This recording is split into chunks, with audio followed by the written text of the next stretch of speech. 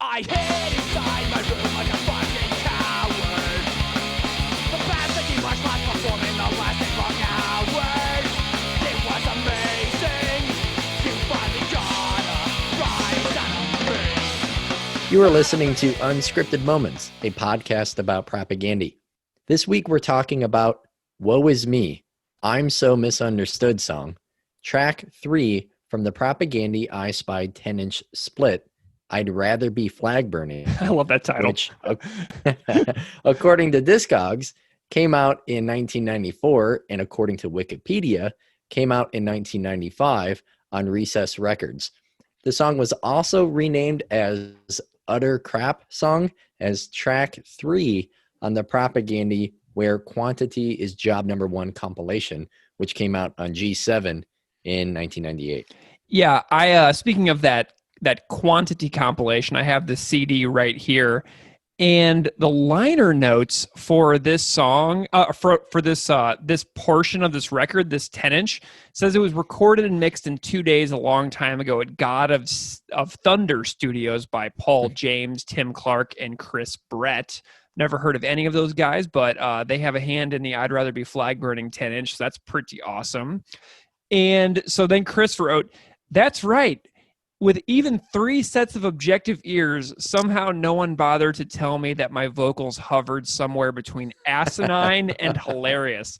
So I love Chris's commentary that he did for the CD version of the songs that originally appeared on the 10-inch, because he added a lot of comedic value to the actual compilation CD liner notes. So Chris's renaming of Woe-is-me-I'm-so-misunderstood as Utter Crap Song on the comp gives you an indication of where he stands on this song, because renaming a song that is like 3 or 4 years old as Utter Crap Song is, it's kind of indicative of where his mindset seems to be on this song. And interestingly as well, I was looking through the liner notes for the Quantity comp as well, and there's a note about the 10-inch tracks on the inside of the CD booklet, which reads, "Bootleg copies of the flag burning recording made without consulting the band claim that proceeds are donated to the animal liberation movement. It is a lie. These people are thieves. Hopefully the official re-release will curb the bullshit. Please don't support their scam. If you know who they are, pummel them. If you are one of them, live in fear of our Carlson Kowalski Jiu-Jitsu white belts. We will find you. We will pass your guard and mount you. We will choke you. You will tap out, and we will continue to choke you. We will hold your sleeping body. You have been warned." And this got me thinking, because there are so many different colors and variants of the flag burning 10-inch, like I have one, like I have a flag burning 10-inch, and like I'm like, oh my gosh, is mine a bootleg? Because there are so many different versions of it that it got me wondering like which ones are legit and which ones aren't, Just don't let Todd know either way what color you have. Yeah, exactly. Well, I actually have it listed here in a few minutes. I'll talk about which one I have. So hopefully if mine is the fake one, I hope somebody will let me know that I have been deceived by the liars and the thieves. Yeah, so I found out today that the Propaganda track list on the split is Mutual Friend, Nation States, Woe Is Me, Oka Everywhere, and Haley Does Hebron. Some folks out there may not have heard some of those songs, and I did look it up, and if you weren't aware, Hebron is a Palestinian city in the southern West Bank, just south of Jerusalem. Nice, yeah, and I actually know somebody who went there recently, a couple years back. One of my friends has gone on several religious pilgrimages over the years and has actually been to Hebron, so I've heard a few stories of going there.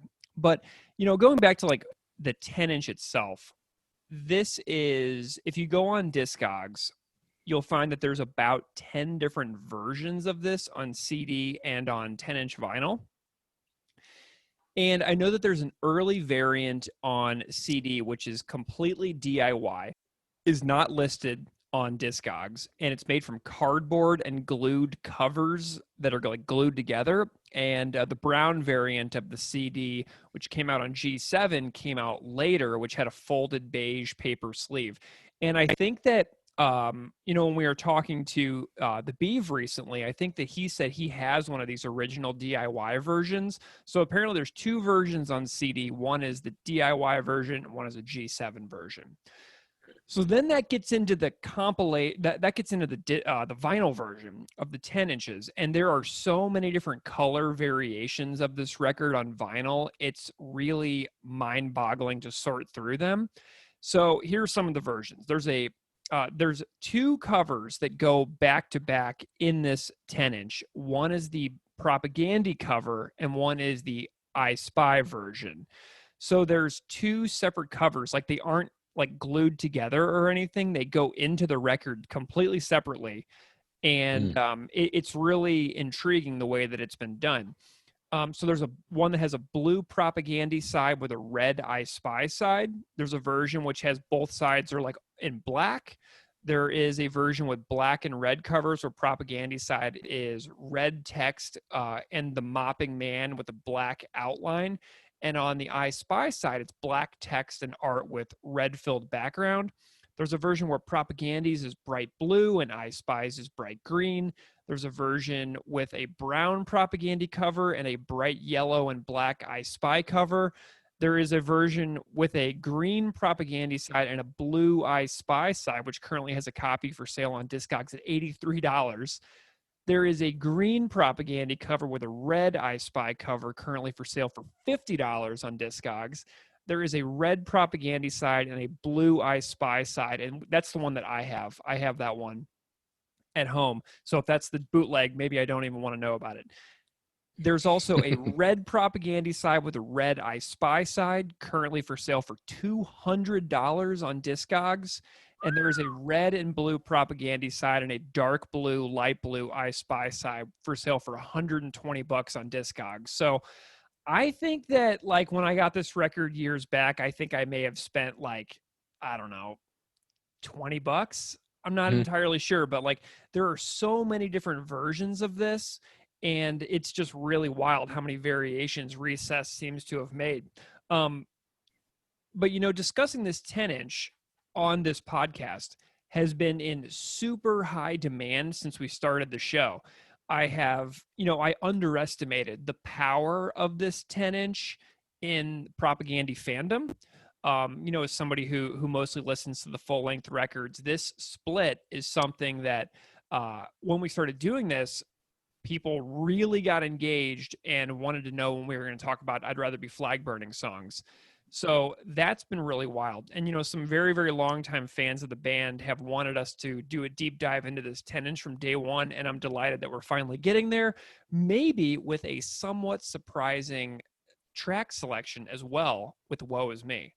And I also found today that the cover art for this 10 inch is available as a t-shirt at Kings Road Merch right now. So apparently you can even buy a t-shirt with the mopping man on the t-shirt. Yeah, I have to provide a disclaimer, a caveat early on that for the most part, I'm really unfamiliar with this release. For whatever reason, I just never really explored the band's splits, those early compilations, the smaller releases, which I know has to be confounding to the listeners, but I don't really have any explanation other than just being kind of an album guy and really getting into music at a time when there was just market saturation and limited funds and limited knowledge on my part. So I'm more into what a band releases next usually than going back and combing through the nooks and crannies for all the content I missed. So not super familiar with this song before this week. Mm-hmm. Yeah. And, that's totally fine because you had heard some of these songs. Like this has an older version of, and we thought Nation States were a bad idea, which came out on Let's Talk More Rock. Right. We've got this one about Hailey, which came out on How to Clean Everything. So you had heard stuff from this even when you didn't even really know that you had. So that's kind of cool though as well. And so this episode, we have a special guest. And we got David Gillis back on the show. And everybody may remember David as the Beaver from the Propaganda Records supporting cast and Failed States. And, when I reached out to David a ways back now, I asked him, what was a really overlooked song from Propagandy's discography that he really liked when he was younger? Like long before he was in the band, when he was just like a kid, like listening to music in his bedroom, just like anybody who listens to this show can remember. Yeah. What resonated with him when he was really young. And I was so delighted that he picked Woe-is-me-I'm-so-misunderstood to talk about.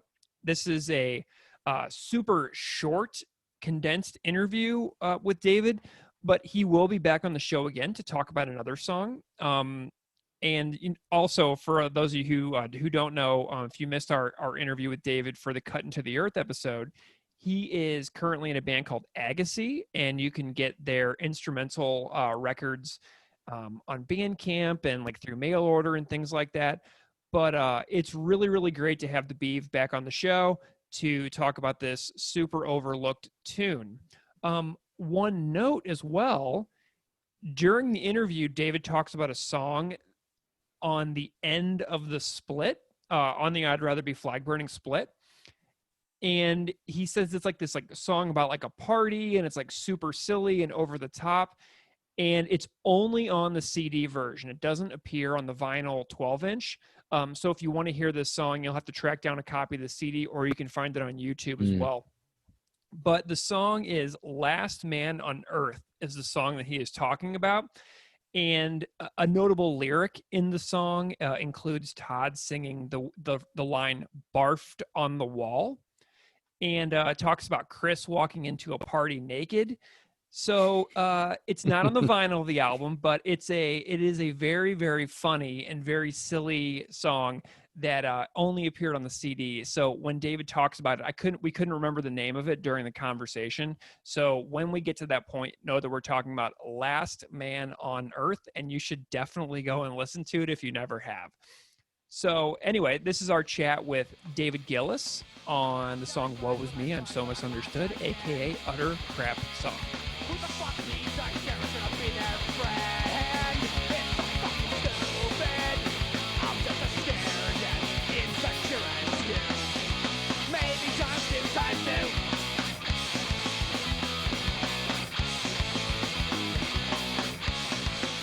And I wonder what you really thought. Hey, David, thank you so much for coming back to Unscripted Moments, a podcast about Propagandy. Great to see you. I reached out to you a long time ago and asked you to tell me about some of your favorite songs that were most influential to you from outside of the time when you were in the band. And I asked you to choose these from like a fan's perspective. This is a fan podcast about Propagandy, and we knew that you were a fan of the band long before you joined it. And so we have a curveball episode a little bit today that I'm super delighted about. Can you tell me a little bit about your love of the song, the Woe-is-me-I'm-so-misunderstood, aka Utter Crap song from the I'd Rather Be Flag Burning 10-inch split with I Spy? Yes, I could have chosen any song from this split. I got the version. My version is a CD. Whoa! I don't know if this is just like a Winnipeg thing, but they made it from like a Mother's Day card, homemade envelope for the CD. Anyway. I listened to this so much when it came out, and pound for pound, this split with I Spy, in retrospect, probably influenced me more than any other recording that I could think of. Ever. And so I chose the Woe-is-me song, just because I wanted to choose a song from this split. Yeah. It could have been any one of them, and I chose this one just because I think, the lyrics... The lyrics were a bit of a curveball, I suppose, from what the people expected from the band. They weren't really about anything other than Chris's own struggles emotionally with a friendship. Right? And I just kind of dig that. So before we dive into that particular song, you've got the split right there in your hands. Like, tell me a little bit more about the importance of this album to you in any way. It can be about the I Spy side. It can be about the Propagandy side. Like, tell me a little bit more about this record. Well, I remember I bought it. There was a place in Winnipeg that's now demolished. It was in the basements of a bar. It was called Aussie's. And I'm pretty sure I saw my first show there. And I believe I went and saw a band called Fallen Short, who were a local band at the time, who I was really into, very into. And at that show, they were selling these. Even though Propaganda or I Spy weren't playing the show, these were being sold, and I just bought one because I was already a fan of the band. And then I just listened to it nonstop. And it was just like, in particular, it was Nation States, Oka, and the Woe-is-me song. Those 3 songs in particular, because I think they were more melodic. Mm-hmm. They got in my head so much as a young guitar player and musician. It influenced me so much. That stuff immediately intrigued me, but it was more difficult for me to digest. I just, and vocally, or I guess everything was just, it wasn't immediately likable to me, but I didn't give up on it. And it just, over time, just became such a huge influence on me. I recently emailed Todd just to let him know, like, oh man, I've been listening to this again for the first time in years, and I'm realizing how much of an influence it had on me. Todd as a guitar player, just like the chords between Todd as a guitar player and Chris, the chords that they chose to write with and to use, so cool and so interesting to me as a 15, 16-year-old guitar player. Is that a CDR or is it like a factory press CD? I believe it looks like it's factory pressed. Okay, so is that like a handmade case as well? Yeah, handmade case, and I don't know if the 10-inch came with these inserts, but there's these are included. I'm amazed I still have this. Yeah, no, that's awesome. So that's actually the one that you bought when you were like a teenager, right? Yeah.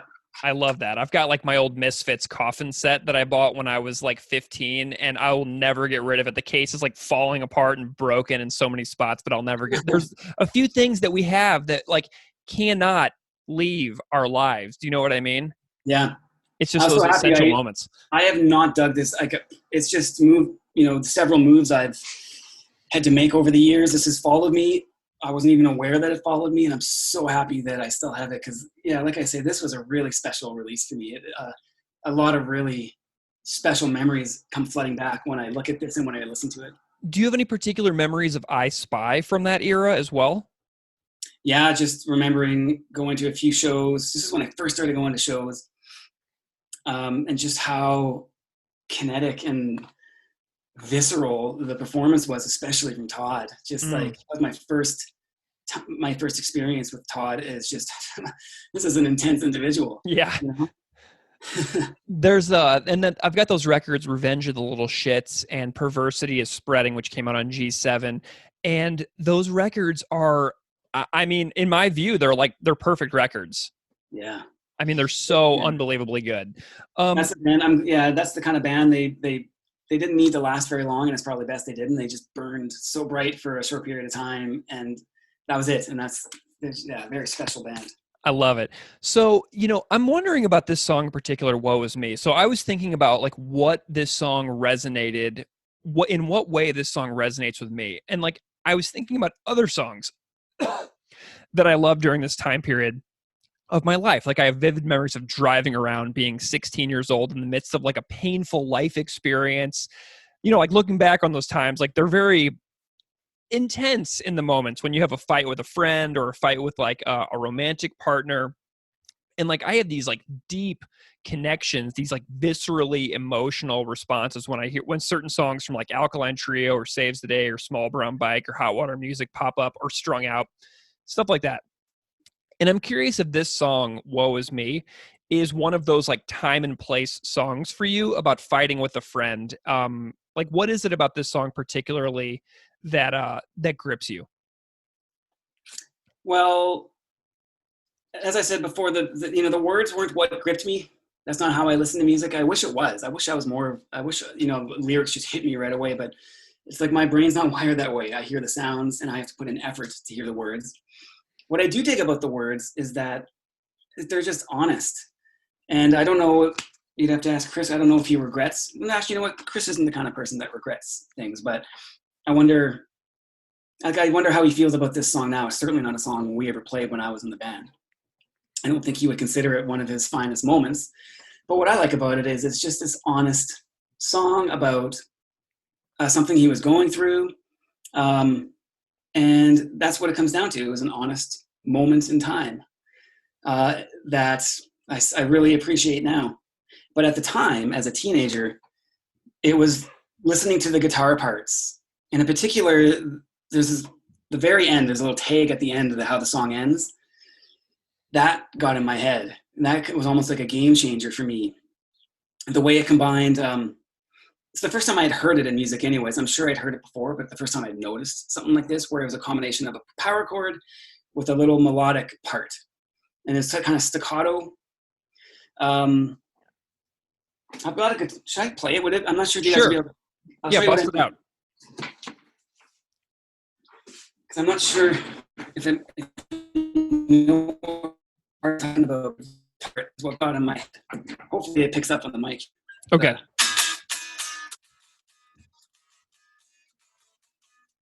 That part. I think I got it kind of wrong, but that got in my head because for the first, like, I wanted to write like that. That became my mission. Like, that part, that is the kind of stuff I want to write. It's not just power chords. It's mixing in. There's melodic lines in there, and there's anyways, it just kind of got stuck in my head.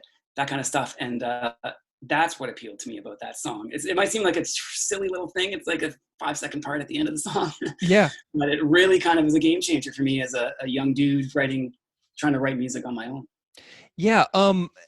This song kind of stylistically reminds me, it kind of fits in as well with like the sound of Anti-Manifesto. Like, I feel like this song could fit in really well with several parts of the How to Clean Everything record, but I feel like it also would have been like such a better song than some of the songs that are on Anti-Manifesto. You know what I mean? Yeah, I think it's an underrated song. You mentioned there's a bit of a curveball episode because it's maybe not the song that would be expected compared to a song like Nation States or I Want to See You Everywhere, which, I mean, don't get me wrong, those songs are amazing. But I think this song is underrated. I think it's a killer song.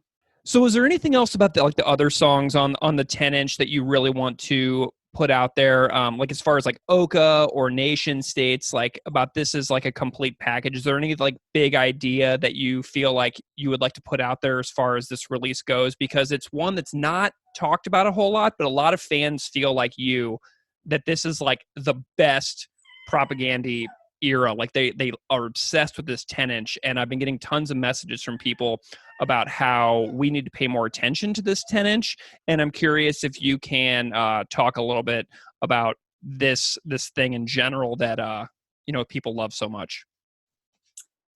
Yeah, when I listen to this record, and now that I've gotten to know many of the people that participated in this recording, I think what comes through is the friendship between I Spy and Propaganda at the time, and the fun, the genuine fun. For example, the last song, is it on the 10-inch or is it only on the CD? The last song where it's like a combination of I Spy and Propaganda playing together. You know what I'm talking about? Is that on? It's not my CD version, but anyway, it's just this ridiculous song. That's not really, I think it's just about an experience they had at a party once or something, but you can just hear the fun. And I think that energy kind of comes through. Not only the fun, but also like you can sense this like excitement over, like they're discovering this music, I think, as well. Like, I think, as they're writing it, I think they're like, oh man, this is good. They're taking their own influences, but they're making it something new. They must have known it, they're humble guys, but they must have known that like they were onto something. And so you can hear that too. You can hear this excitement and fun. Awesome. Well, Dave, this has been a real thrill having you come back onto Unscripted Moments, a podcast about Propaganda, to talk about this overlooked hidden gem within the Propaganda catalog. We always find guests by asking people to tell us some of their favorite songs. And I was so delighted that you threw this song at us because it's so awesome to feature some of these overlooked and often forgotten songs that people haven't listened to in years. And I'm hoping that this will inspire folks to go back and check out that fantastic 10-inch and focus a little bit on this song, the Woe-is-me-I'm-so-misunderstood, aka Utter Crap song. So it's been awesome to have you back on the show. Can you tell people where they can find your music if they want to check out what you're up to these days? Yes, I'm in a band called Agassi. We're an instrumental trio. You can find us on, I believe we're on iTunes and all of the usual downloading places, streaming places. You can also order, if you're interested in vinyl, we've got vinyl available for a record we recorded a couple of years ago. We also have an EP we released just digitally. If you're interested in the vinyl, we foolishly printed vinyl. I think we were so stoked. We were just like, oh yeah, this sounds so good. Let's print it on vinyl. Maybe it's misguided because we don't tour. We're not a real band. We're kind of just in it for the fun of it and for the music and for all that. But if you are interested, I don't even know how you would go about it. I guess you can Google Agassi. I think we have Facebook and Instagram and all that. You could find us there and send us a message. I got the vinyl shipped to my house in Buffalo, and Derek Hogue, your drummer and longtime friend of Propagandy, personally handles all of the mail order, and he responded and sent it out right away. So if anybody's out there looking for the vinyl, it will come to you in a very, very nice, fantastic turnaround, courtesy of Mr. Derek Hogue. So Derek just mentioned to me that he hopes nobody buys vinyl because he hates packaging them. That's so great. Well, you got to get rid of them now. You got to sell them. So people go check it out and give Derek a little bit of work. Sorry, Derek. Well, David, thank you so much for coming back on the show. It's been a real pleasure to have you here, man. Oh, you're welcome. Thanks again for inviting me.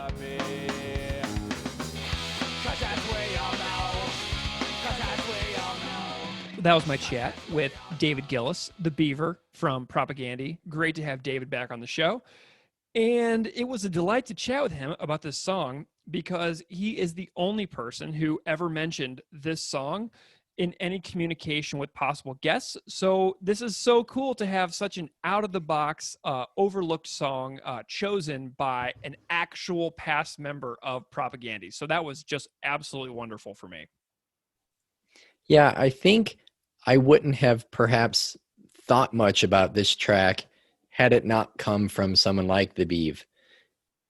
You know, coming from him, I think that it made me listen to it differently in a way that perhaps I wouldn't have, or if I were just spinning it on my own. Absolutely. So let's dive into this tune here. We got the lyrics. So let's go ahead and start at the beginning, and then we'll get into the music later on. To me, I should just say right off the bat that these lyrics to me are clearly bad.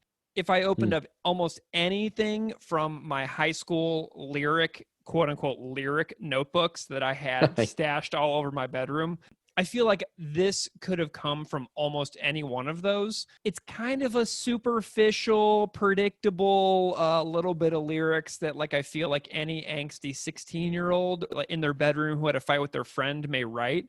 But it also has kind of a deeper wisdom to it that speaks a little bit beyond the superficial teenage look that it has. So at first glance, I'm like, oh my gosh, this is like sophomore in high school, got into a fight with your buddies, and you went home and moped in your bedroom for a while. But it's got a deeper feel to it upon further reflection. So that's kind of how I feel about it. You know what I mean?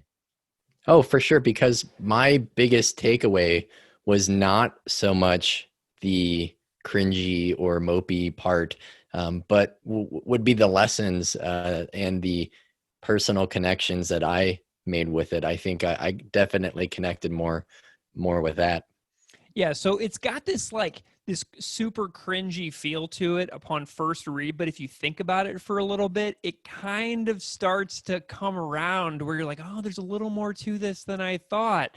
And that really kind of cracked me up because at first glance, I mean, it's just hilarious. So anyway, so the first line is, I hid inside my room like a fucking coward. And I love this because I remember a few of these moments in my life so well, where I literally did this, right? I would, there are a few times that like, I remember doing this was like, I did or said quite a few really dumb things in my life in middle school and high school. And I had people get angry at me, and I was feeling very vulnerable, and I was feeling physically unsafe maybe because of some very dumb mistakes. And then another one that stands out to me in high school is that I betrayed one of my oldest friends, straight up betrayal. I had no excuse other than, in this instance, selfishness, weakness. I can't even get into it, but it was a typical stupid 17-year-old thing to do. And I have regretted this thing in my life and felt so stupid and apologetic for it for the last 20 years. I still think about it. Um, you know, and the friendship never really recovered. And it's one of the greatest regrets in my life that I have to live with. And one time I heard this person was super angry with me and was going to physically hurt me the next time they saw me. And I literally hid inside my house for days. Like I would go to school and go home and I would not do anything in a social situation where I'll put myself potentially in the path of this person that I had wronged so deeply. And I felt terrible for doing it, but I also was just utterly terrified of getting punched in the face. You know what I mean?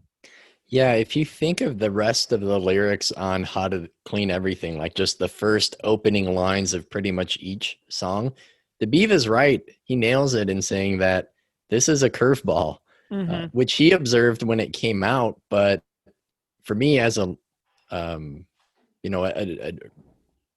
long-term fan, but a newer listener of this track, I had that same observation that it's not what I was expecting, really. And based on the title, I was kind of anticipating maybe a snarky jab at some proto-emo melancholic college rock. Yeah. You know, not Chris putting his personal and emotional struggles out there for others to hear. And from the beginning, what comes to mind listening to Woe Is Me and reading the lyrics is how, for me and my family, probably most of my closest acquaintances, we were never really guided or taught how to deal with emotions and personal struggles, interpersonal conflict, aside from literally reading textbook passages in school with about as much depth and insight as a fortune cookie.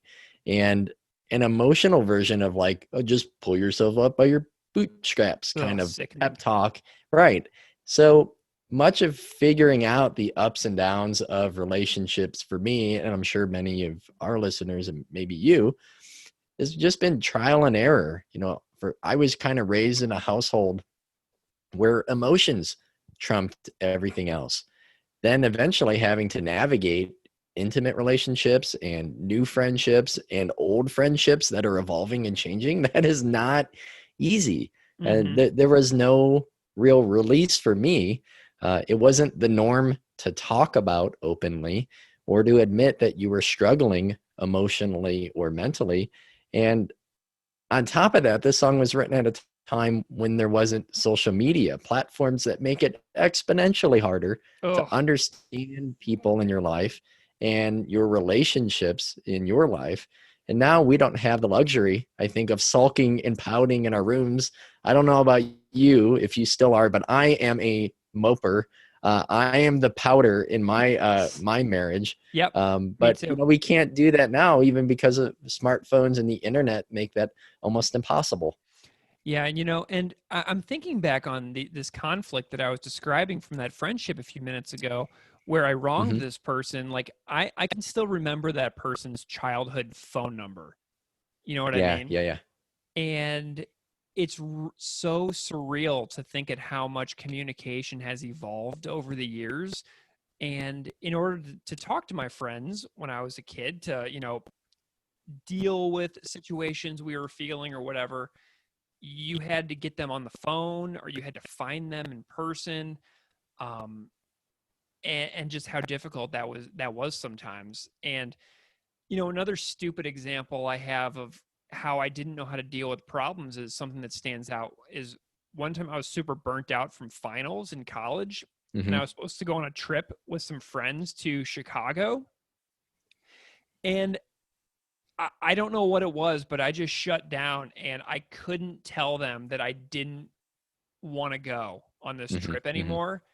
And I literally had my mom tell them I was sick when they were standing at my front door because they were calling my cell phone over and over and over and over, waiting for me.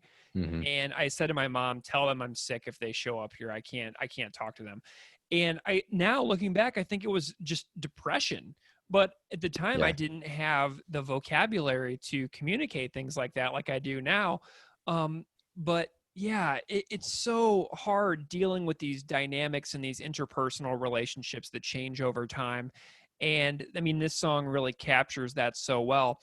But in the liner notes, at the end of this first line, Chris has parentheses in the quantity compilation where he says, Uh-oh. where it says, so the lyric is, I hid inside my room like a fucking coward.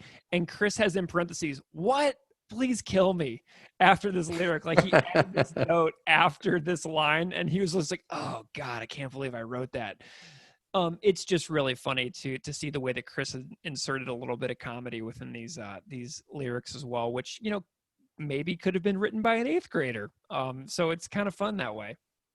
I still see it as being honest, like the Yeah. Beeve said, though. So even if it's hard for him to look back and listen or read it, I was still not expecting that. And for anyone to admit that they're unable or unwilling to address the conflicts and the problems in their lives, I mean, that takes Yeah. maturity. And I definitely appreciate that, because either people avoid conflict and they never admit that they avoid conflict, or they seek it out. Yeah. And their life comes like just from switching from one conflict to another. So I don't really see that as being a face palm lyric. I kind of appreciate it. Yeah, you know, okay, I'm convinced. I come around on that now. Okay, like you got me. But then he goes a little deeper on the next line too. He says, the past 18 months flash before me.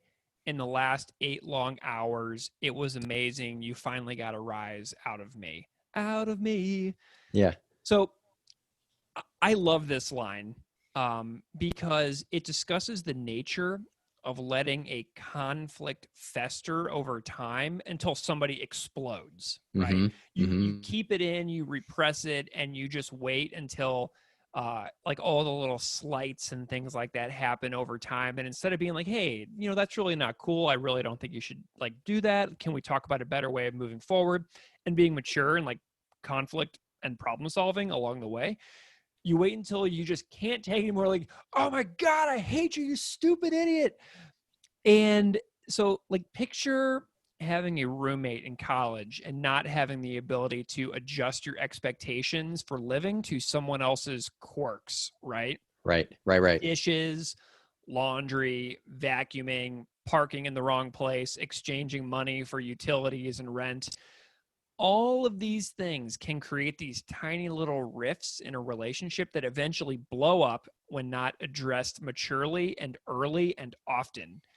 And I remember 2 roommates I had years ago now who got along great at the start of all of us living together. But then one of them started talking about the other one behind their back to the other ones of us. And they would start saying to me, do you see how so-and-so literally sits on the couch for 7 hours every day so nobody else can choose what to watch on TV? And that was the start of it, right? And then I started being like, yeah, we all pay for that. Why should they get to choose everything on TV? And it became a hate spiral that went on and on for months until the one roommate exploded and demanded that the other person, who was the last one to move in, should move out, right? And I didn't say anything. I didn't help the roommate who was getting pushed out.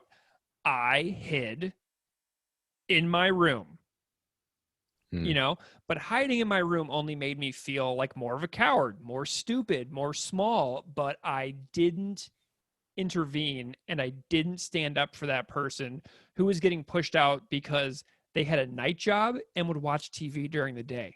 You know what I mean? Yeah.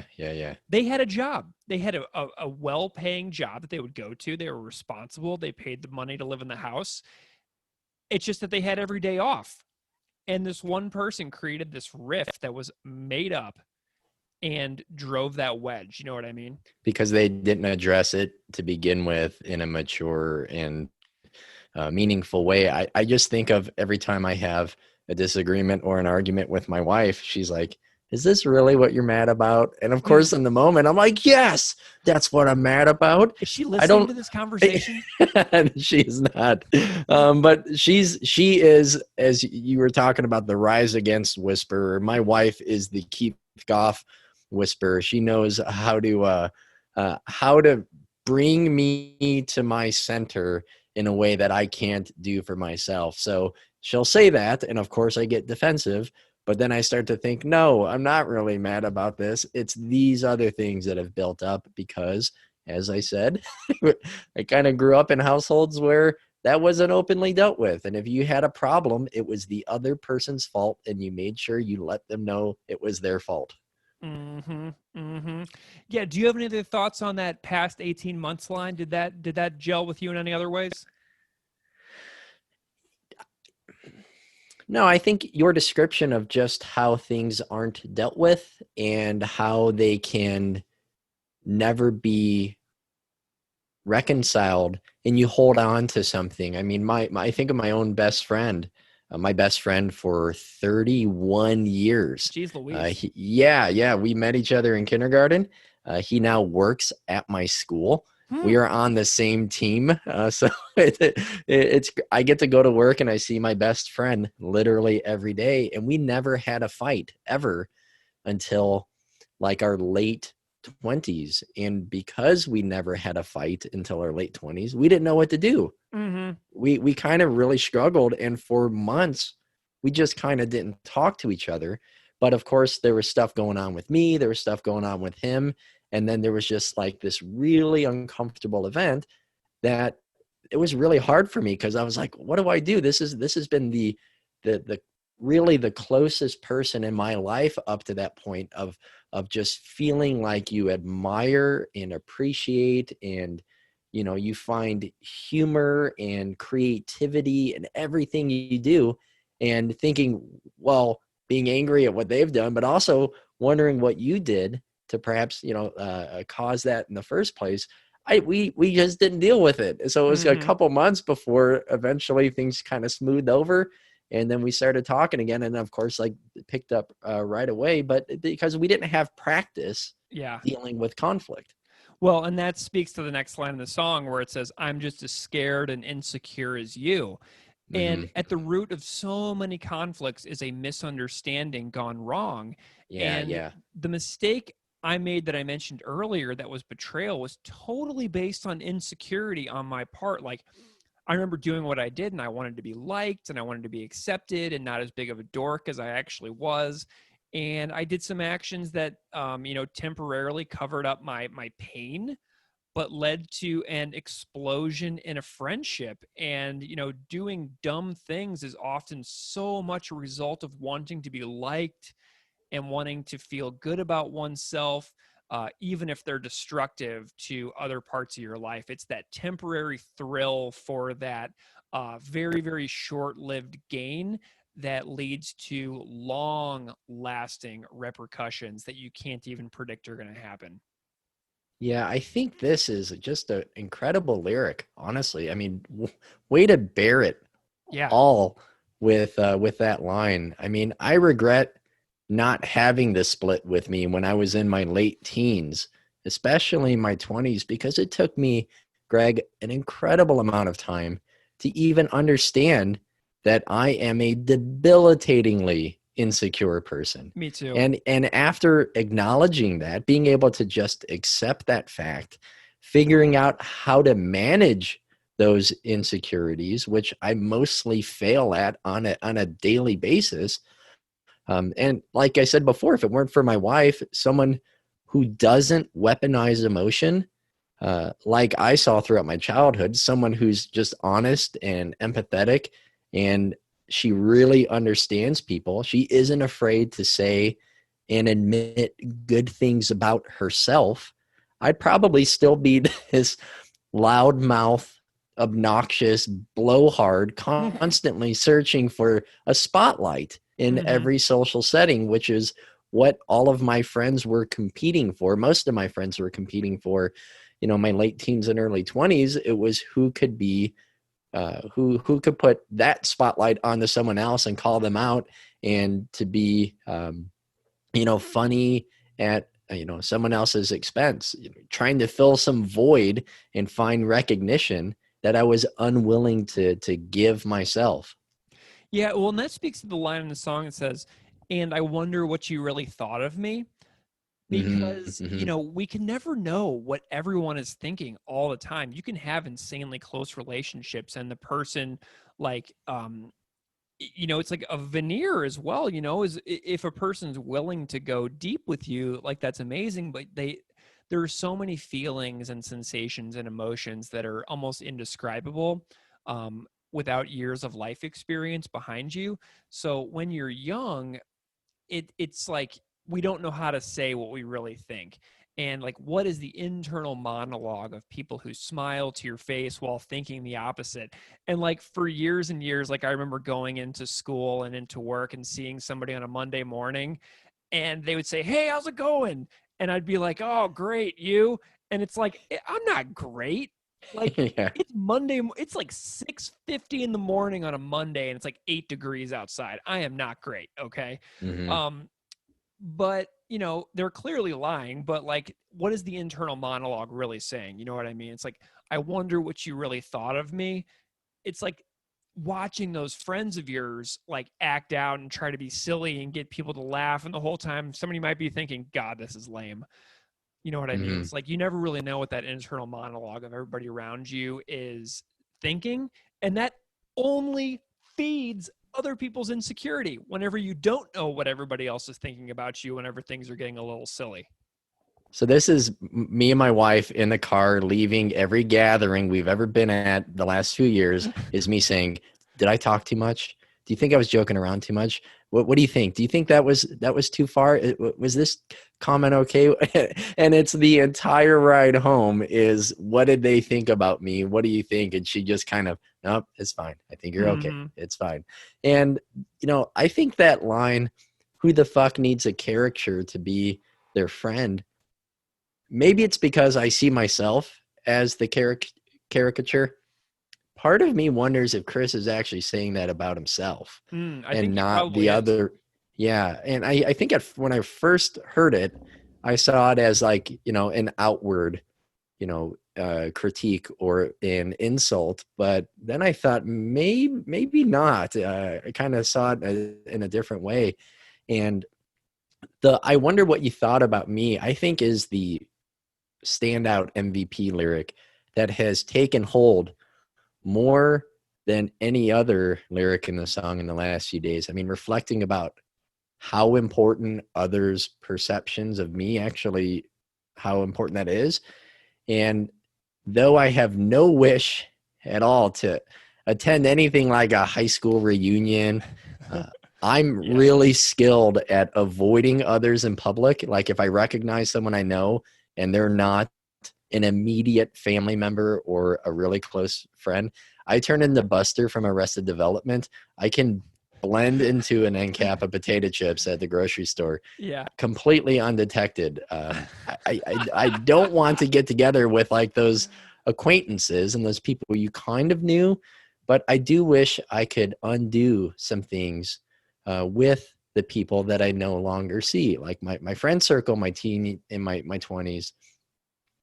I said we spent a lot of time putting each other down to get a rise out of each other. And I did a lot of stupid and mean and inconsiderate things just because I thought I was being funny. And I still struggle with that now, but I'm more aware of it, and I'm way faster to apologize when I realize and I notice that something, intentional or not, didn't land the way the way I wanted. Yeah, and I remember so many times, like in college or just like walking down the street in a town, and I would see somebody coming towards me that I knew, and I've done that too, where you just kind of All the like, time. you just disappear, and so all of a sudden it's like, whoop, there I go. And I'm like, why am I like this? Why? What would be so hard about stopping for 2 minutes to talk to this person and just give platitudes and basic conversation? And it makes me feel broken when I do that, because I feel like I am personally causing the hindrance of a relationship, which may never be incredible, but like I'm hurting the situation. Do you know what I mean? By being in such a state of avoidance. And I like since my early 20s, I've been like thinking about that. I'm like, why am I like this? I used to be so outgoing and so interested in talking to people, and I don't know what it was. I don't know when it changed. I don't know why it changed, but it just did, man. And like for some reason I just started doing exactly what you just described as well. Yeah, there was just a switch that was flipped, and I don't know. I used to, if I met someone once and I recognized them, I would yell out and say hi to them. And now if I see a student, that's about it. A student or a former student out in public at a store or whatever. But you know, the other part is the because as we all know, I don't need anybody line. I think it's really interesting. It's a really interesting closing line, which I don't take at face value. I'm curious to hear what you think, Greg. My interpretation is either that this friend, this person in this relationship said, you don't need anybody. Obviously, you don't need anybody to Chris, maybe in an argument or a fight, or Chris is trying to hurt less, or Chris is trying to convince himself of that, as maybe it will make like this splintered relationship maybe not be as painful, but he doesn't actually believe it. I mean, just think of how many times you've heard that in a fight, like, I don't need you. I don't need anybody. Yeah. Or if you're a sulky, whiny baby like me, how often you've actually said that to yourself with assurance and like actually believed it. Yeah. It's like, to me, this line strikes the old adage of I'm taking my ball and I'm going home. And then, you know, getting home and realizing that you don't feel any better. Like you got into a fight, you yelled at everybody, you stormed off, you went home, and then you get home and you still feel bad, even though in the moment you're like, I'm right, I'm leaving. And then you get home and you still feel terrible. And in fact, you start feeling worse over the next couple of hours to where you realize like what you looked like in that moment. And we all know that feeling. And we all know that we tell ourselves this line and that it is a lie. We don't need anybody. Yeah, right. You know what I mean? I don't know. I just see it as a lie. It's like you're lying to yourself. You're just trying to reassure yourself. And we do need each other. And heck, Keith, you've probably been my best friend this year through this like stinking pandemic. And without this like show, I probably would have gone completely insane by now. You know? So I see it as it's maybe somebody did say to Chris, oh, dude, you don't need me. What are you talking about? So maybe that's something somebody said to him, because maybe he was like presenting himself as being so right about an issue that the person said, well, what do you care? You don't need my opinion about anything. You know everything. Right. So that could have been how it went down.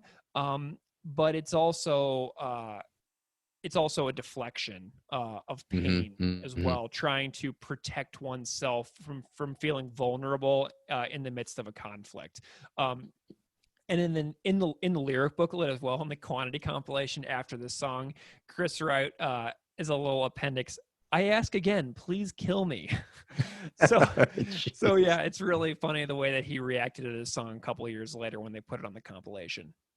Yeah, we like to think of ourselves as the Simon and Garfunkel lyric, I'm a rock, I'm an island, but I am not a rock, I'm not an island. I definitely need other people in my life. And as much as things have been difficult throughout this year, that group may have gotten smaller, or my interactions have evolved in a way.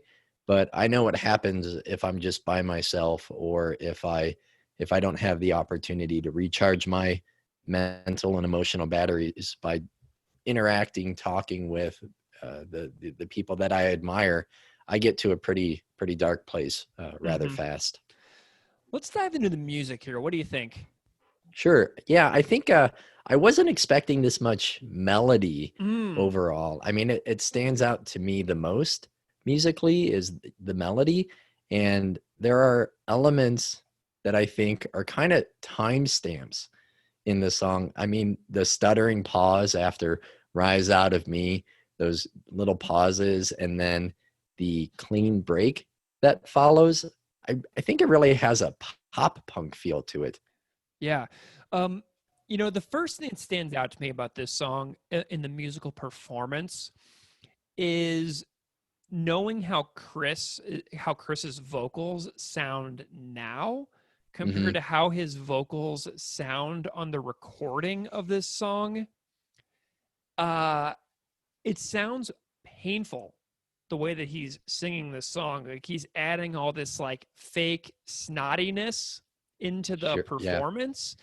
And I'm like so glad that that he was able to switch up his vocals. Like I listened to this song, which came out in like 94 or 95, and compared to the vocal performance on the next year's Less Talk More Rock LP, and the guy made such incredible leaps and bounds on vocal Hmm. performance before the next record. I mean, it is unbelievable how much better the vocal performance is on next year's Less Talk More Rock than on this particular song on this split.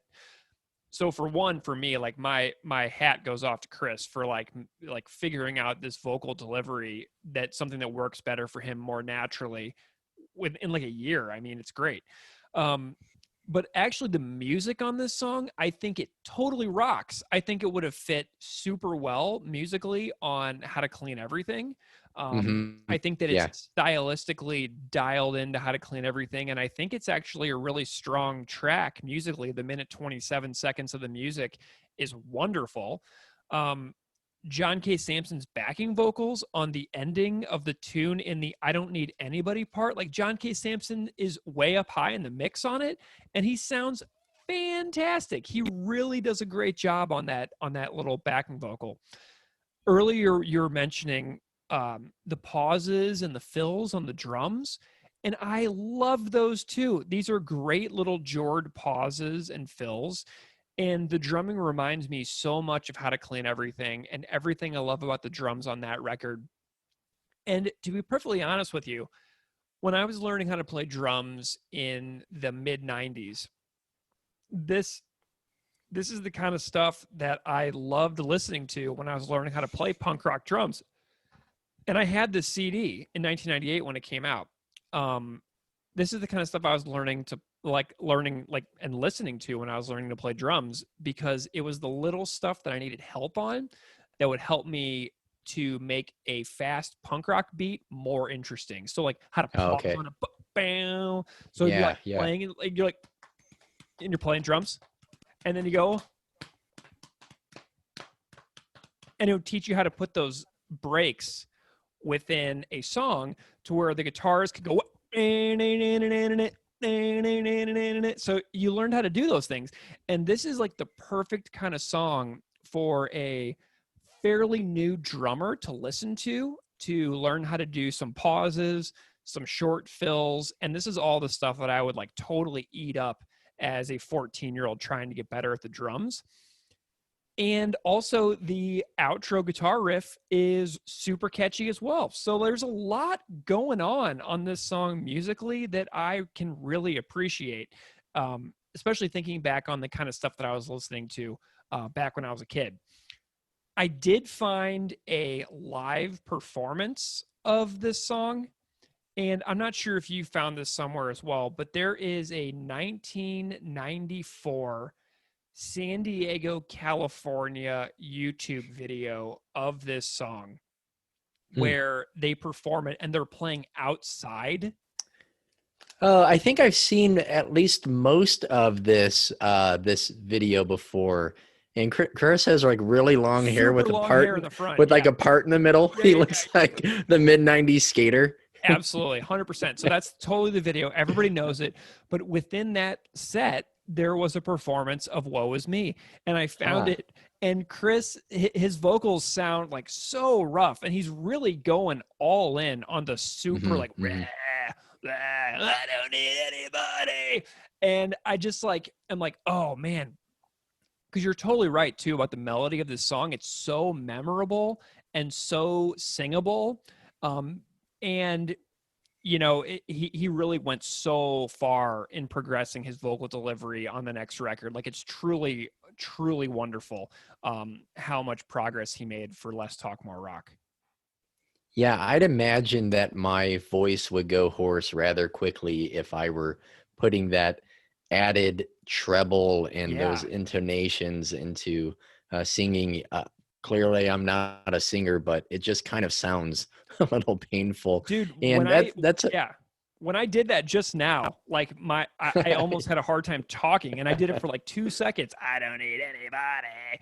And I was like, oh God, it hurts. So like the fact that people would do that and add that unnatural fake snottiness to singing, especially when you're in a touring band and you have to do that every single day for money, hopefully in front of people. I mean, it's just really wild. And I think that's an interesting parallel that you said about playing drums and advancing and growing as a drummer. Since Beeve mentioned that closing riff, I think that's probably my favorite part musically about the song. But what's really wild is how relatively simple and straightforward it sounds now, with, I think, all of the just emotionless wankery that reigns supreme in extreme music and punk, whatever, today. But that riff impacted the Beeve and inspired him to do things differently, writing his own music, which then led to him shaping Propagandy's music, which is just an amazing full circle. Yeah, totally. And I found some really hilarious YouTube comments as well. One of them, a comment from 12 years ago on YouTube, says, "Sounds like Simple Plan." And I was like, another one says, "Ridiculous music, nothing but raging rubbish." And the follow-up comments to that one were really interesting. Like, what are you even doing here? Yeah, right. And then remember that San Diego video that I told you where he sounds particularly harsh on the snottiness? Somebody says he sounds like he's vomiting. And so I had a good time finding some YouTube comments for this one. But as far as like lessons that I take away from a song like this song has me thinking of all my friends from over the years.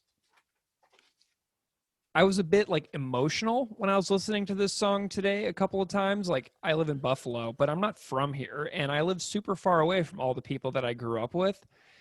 And tons of my friends from St. Louis, live all over the country, all over the continent, all over the world. So we've all kind of, spread far and wide, essentially. Mm-hmm, mm-hmm. But I haven't talked to so many people that I love with all my heart in a long, long time. For years now, since about 2006, like, I've been on the go a lot. I've lived all over the world, and I've had so many amazing experiences. But going away and being away is hard because of how many things you miss. I almost feel like I've been in a touring band for the last 12 years, basically. And when you go away, you miss things, and you have to accept that as part of the deal before you go away. And I think I've neglected a lot of relationships over the years because I'm so far away that I know visiting with almost everyone is virtually impossible. Especially now. Like, I miss so many people right now. And it has me feeling really defeated at how many incredible people I'm friends with and how I can see almost none of them. And I think I've let a lot of friendships and relationships fall by the wayside, almost as like a defense mechanism. Like, I miss them so much that connecting with them almost causes more pain because I know that I can't make any plans with them. Plans are so difficult to enact.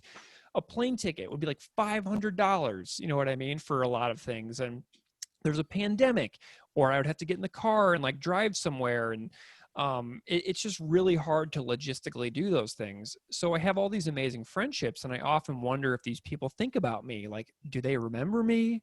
Like, do they miss me like I miss them? They're not calling me just as much as I'm not calling them. And then it gets me self-conscious. Like, should I call them? Do they even want me to call them? And I often haven't reached out to them enough, and I'm guilty of that. But, I care about them. I love them. I miss them. This song makes me miss all of my friends that I haven't connected with in a while. And honestly, I want to jump in my car right now with a backpack and do a huge road trip, stopping at all my friends' places across the country, including your place, so that I can reaffirm those bonds that I have left neglected for far too long. And I'm tremendously lonely where I am right now because my friendships in Buffalo are good, but I struggle with getting enough free time to keep building those. And since those relationships aren't lifelong and they're still growing, they're very, very easy for them to just vanish. You know what I mean? Like my friends in Buffalo are very new friends in the grand scheme of my life. And new friendships are often so shallow that they're easy to not build when things get hard. And it's hard to move to a new place in your mid-30s. It's hard to start building a new life. And then to have a pandemic crush everything, all my tenuous gains, it's tough, man. It's tough to swallow. So after listening to this song, it makes me want to commit to reconnecting with some folks in the coming weeks that maybe I've neglected for quite some time now that I feel badly about. Yeah, Greg, even though my takeaway is going to be pretty different, all of that resonates. And I was nodding along with pretty much everything you said. I mean, that really, that's on top of what my thoughts are as well. But I guess my takeaway was mostly from the line, like, this is just therapy. That makes me wonder what my therapy has been and how have I actually tried to make sense of myself, of the relationships that I've been in or am in, the worlds that I live and operate in. It's not art. That's not my therapy. It's not writing. It's not writing or performing music. Having a specific outlet that allows you to process those ideas is incredibly important. Otherwise, time is kind of spent idly floating through, consuming and not really creating and reflecting yourself. So for me, at the age of 36, I think this podcast might be the first time, even if it's just a thread of conversations, where I've meaningfully tried to reflect and process things. And as mental health and mindfulness are words that have really taken hold in the last few years, especially in 2020, as we're also cut off from the important people in our lives, there are fewer chances to make amends, to tacitly right our wrongs. And I certainly don't want to do that over Zoom. So my takeaway here is maybe to be in tune with yourself, with your mind, with your heart, with your body, and find whatever your therapy is and do it. And maybe once you've done that, the other things will fall into place. What do you rate this one? Greg, I'm going to say overall, I think I really like the lyrics more than the music. For me, it's almost like listening to, a different band. For me, it's like listening to a different band. I'm jealous of people like the Beef who hear this in a different way, growing up and growing old with this split. I'm confident that I'd hear it differently if I had it on like a mixtape when I first started exploring punk when I was 12. But my old man ears are more tuned toward, say, supporting cast than I'd rather be flag burning. So I'm going to give it a 2. What about you? I'm going to give this tune a 1.5. It's not because I don't like it. I think that when the band recorded this, like they were maybe already a little bit beyond this tune. Like I feel like this one would be a good precursor to How to Clean Everything as opposed to after How to Clean Everything. I know what you mean. Yeah, so I don't know if that makes sense entirely, but I felt like they were a little bit already beyond this. You know what I mean? Like the track before this one on the split is, and we thought nation states were a bad idea. So it goes from nation states on the split to this song, which is like very jarring. Do you know what I mean? Because nation states is so perfect. But the music on this is pretty cool. It's a 1:27 banger. It has a good and memorable melody at its core. I easily remember this song. Like after I hear it, like I can sing along to it the second and third times I listen to it. So honestly, this song is better than I initially was going to give it credit for. Hearing the Beeve elaborate why he liked it was helpful and illuminating. And the thought of like friendships really makes me think about bands I used to really love, like Hot Water Music, Saves the Day, Alkaline Trio, Bane, Yeah. bands like that, like where they would talk about their friendships, you know what I mean?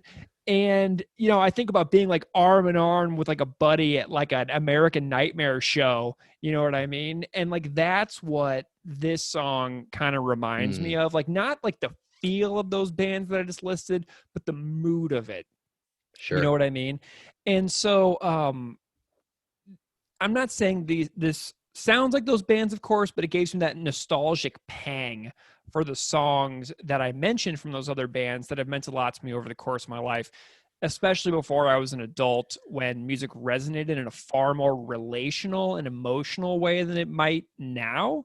And oh, and you said you were 36. I turned 37 tomorrow. So go me. I'm older than you.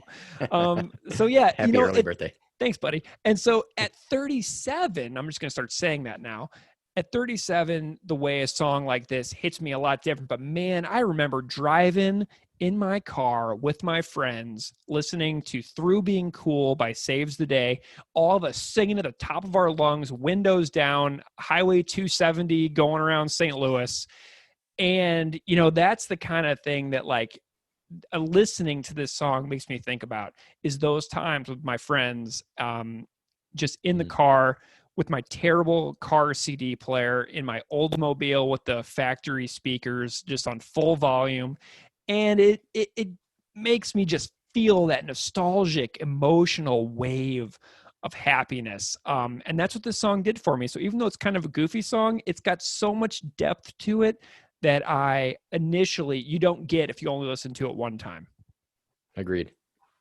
So this was our chat on Woe Is Me, I'm So Misunderstood song, aka Utter Crap song from I'd Rather Be Flag Burning and the Where Quantity is Job Number One G7 propaganda compilation.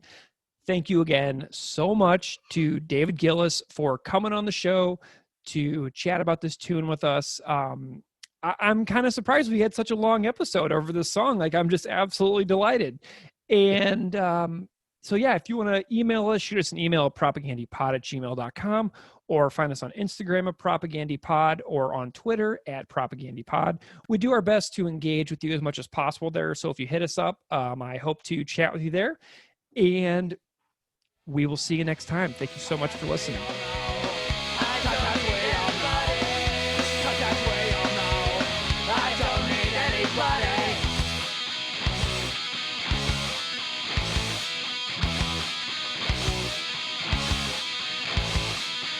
Maybe I'll put that as a little after the credits. Yeah, right. How do I protect a from